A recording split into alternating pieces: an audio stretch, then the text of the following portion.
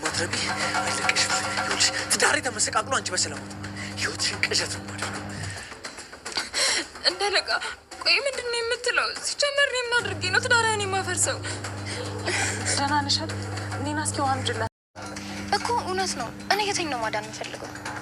ከምኑ ነው የምታድኛው? ማለቴ ያው ተጋብተው አይደል? ሌላ ህይወት ሳትጀምር እንዳትቀርብ ፍራቻ ስላለብኝ። እሱ አሁን የሚያሳስበው አይደለም። መሆን ያለበት ሁሉም ነገር ጽናት እንደወጣች አልተመለሰችም። ኪራ፣ ናሆምና ምሩ ሰጣ ገባ ውስጥ ገብተዋል። ሰኒ ራኬብ በጣም ተጨንቃለች። ቢጨንቃት ለቅዱስ አማክረዋለች። ቅዱስ መፍትሄ ይሆን? አብረን የምናየው ይሆናል። ጆከር በፍቅር ስምጥ ብሏል። ፖሊሶቹ ያልታሰበ ነገር ዱብዳም ትተውበታል።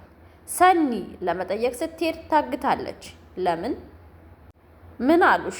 ሊና ነገር ማመላለሷን ቀጥላበታለች። ጽናት ከቤቷ እንደወጣች አልተመለሰችም። ኪራ መጠጥን መደበቂያው አድርጎታል። ሀናን ንቅ አድርጎ ገሏት ነበር። የኪራ እህት ኪያ በጭንቀት ልታልቅ ነው። አሰላሙ አለይኩም ወራህመቱላሂ ወበረካቱ። ውድና የተከበራችሁ የቻናሌ ቤተሰቦች እንዴት ናችሁ? ደህና ናችሁ? ባላችሁበት የአላህ ረህመትና እዝነት አይለያችሁ እያልኩ ጽናት ክፍል 226 ቀጥሏል። ጽናት ከቤቷ እንደወጣች አልተመለሰችም። ኪራ መጠጥን መደበቂያው አድርጎታል። ከምሩና ከናሆም ጋር ሰጣ ገባ ውስጥ ገብተዋል። አልተስማሙም። እንደውም ይባስ ብሎ ሀና ለስራ ጉዳይ በታ ቤቱ ስታናገረው እንቃርጎ እዛው ሊጨርሳት ነበር። እንዲሁም ሰኒ አሁንም ጆከርን ታፈቅረዋለች፣ ትወደዋለች ከልቧ በጣም ስምጥ ብላው ፍቅር ውስጥ ገብታለች። ነገር ግን ፖሊስ ጣቢያ ሄዳ ለመጠየቅ ስትሄድ ያላሰበችው ነገር ገጥሟታል።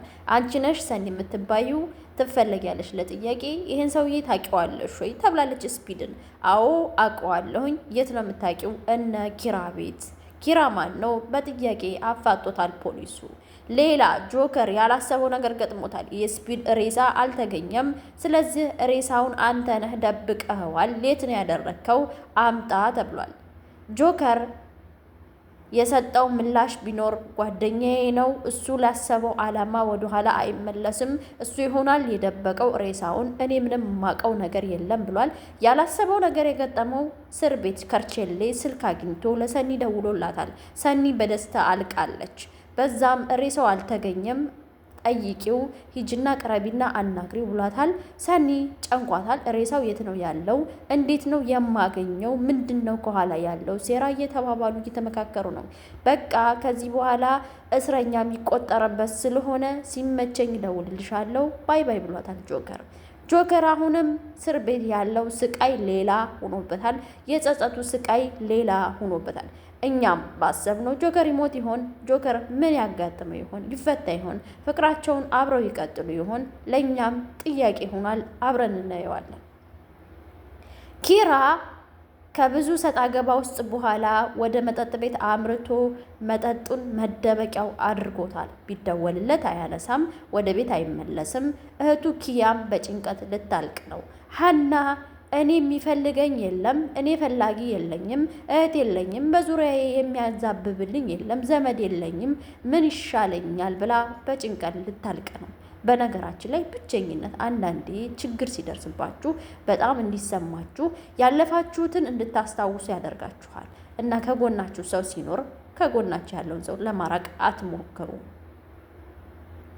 ምሩና ናሆም በጣም ተጨንቀዋል። የጽናት አለመመለስ፣ ጽናት የት እንደሄደች አለማወቅ፣ እንዲሁም ደግሞ የኪራ እንደዚህ መሆን መፍትሄ ምን ሊያመጣ ይሆናል ብለው በጭንቀት አልቀዋል። ወደ ቅዱስ ጋር ሂደው አማክረውታል።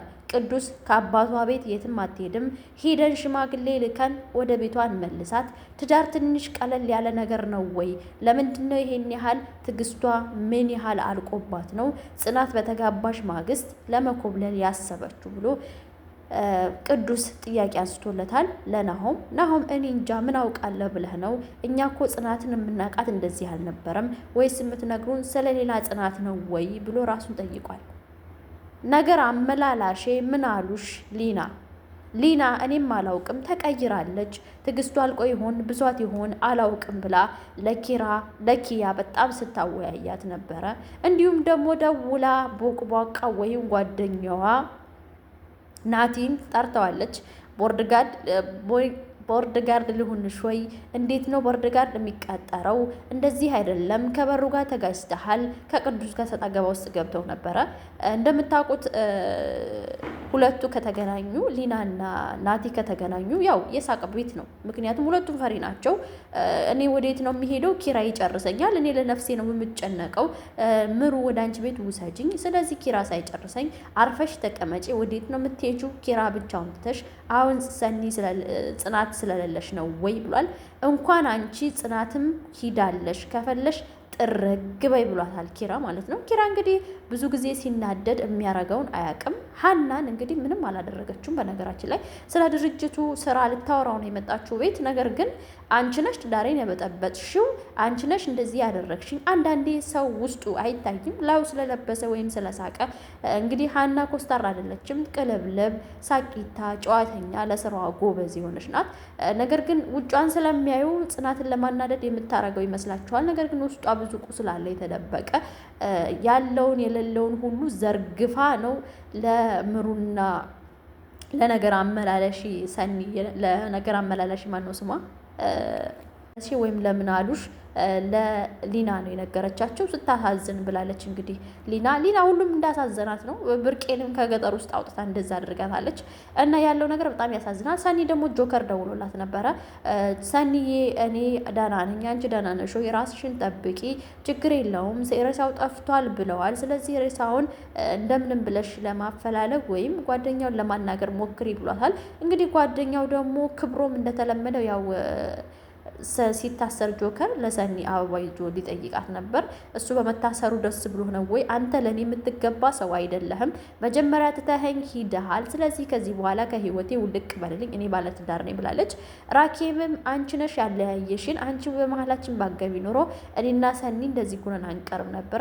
ፍቅርህ ደካማ ስለሆነ ነው እንጂ እንኳን በቃላት አይደለም ሰው እስከ ሞት ድረስ ይደርሳል። ስለዚህ ፍቅር የሚያልቅ አይደለም፣ ያንተ ፍቅር ደካማ ነው ብላ መለሳለታለች። ራኬብ ማለት ነው። በእርግጥ እውነት ነው። ፍቅር ጠንካራ ከሆነ ምንም ነገር አይደብቃችሁም። እሷ እንደዛ በፍቅር ስትዘፈስፍ ሰኒ ክብሮም እዚህ ነኝ ብሎ አልነገራትም። አሁን እንግዲህ የራሷን ህይወት ስትጀምር ሌላ ህይወት አዲስ ህይወት አገኘው ስትል መጥቶ አሁን እንደዚህ መሆኑ ተገቢ ነው ብዬ አላስብም። ስለዚህ የራሱን ህይወት ቢኖር የተሻለ ነው ብዬ ነው የማስበው። እንግዲህ ጽናት ክፍል 226 ይህን ይመስል ነበረ። በክፍል 227 እንገናኛለን። ላይክ፣ ሰብስክራይብ፣ ሼር፣ ኮሜንት ማድረጋችሁን አትርሱ። አሰላሙ አለይኩም ወራህመቱላሂ ወበረካቱ።